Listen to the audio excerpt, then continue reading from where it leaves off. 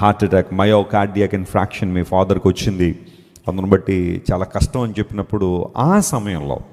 ఆ శ్రమలో, ఆ శోధనలో నా జీవితాన్ని ప్రభు చేతిలో పెట్టడం, ప్రభువా బ్రతికితే నీ కోసం బ్రతుకుతాను నాయన, బహుశా ఈ శ్రమ నా విధేయతను బట్టే నా కుటుంబంలోకి వచ్చిందేమో, నన్ను క్షమించు ప్రభువా, నన్ను వాడుకో నాయన, నా జీవితాన్ని నీకు అప్పగిస్తున్నానని శ్రమ వచ్చిన తర్వాత నేను దేవుడు నియమించిన త్రోవలోనికి వచ్చాను. మా తండ్రి గారు చాలా సందర్భాల్లో అంటుండేవారు, ఆ రోజు నాకు అలా రావడం బహుశా నువ్వు సేవలోనికి రావడానికే దేవుడు అనుమతించాడేమో, ఆ కష్టం, ఆ ఇబ్బంది.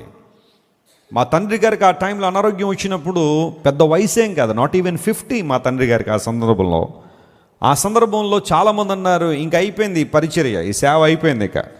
పాస్టర్ గారు అనారోగ్యం పాలైపోయారు, హార్ట్ అటాక్ వచ్చేసిందని ఇంకేం చేయగలుగుతాడు ఆయన సేవ, ఇంకేం చేయగలుగుతారు పాస్టర్ గారు దేవుని సేవ.